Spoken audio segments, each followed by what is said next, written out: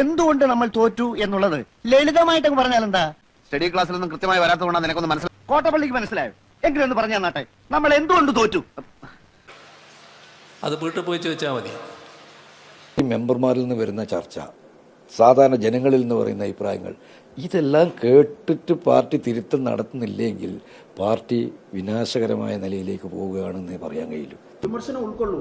പിന്നെന്താ സംശയം? ഈ പ്രതിപക്ഷ നേതാവിന്റെ വിമർശനവും സ്വയം വിമർശനവും എല്ലാം പരിശോധിച്ച് ആവശ്യമായ നിലപാട് സ്വീകരിക്കുകയാണ് ചെയ്യുക. ഇനി അങ്ങനെ ഒരു തിരുത്തുണ്ടാകുമെന്ന് ഞാൻ പ്രതീക്ഷിക്കുന്നേയില്ല. ഈ പരാജയം CPIM-ൻ്റെയോ LDF-ൻ്റെയോ അവസാനമായി ആരും കാണേണ്ടതില്ല.